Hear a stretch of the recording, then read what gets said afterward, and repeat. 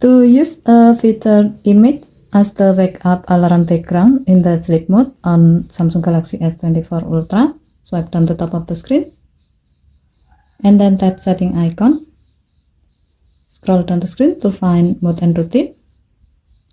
Tap mode and routine. While you are in the mode section, tap sleep. Tap turn on automatically. Next, tap your current sleep schedule. Scroll down the screen. Tap the alarm thumbnail. Tap background. Under featured section, select the desired background image you like to use. Tap done button. Tap save button. And then tap done button again to save the change. With this setting, when the wake up alarm in the sleep mode rings, your phone will use the selected image as the background of the wake up alarm. Okay, thank you for watching. Please help to like and subscribe.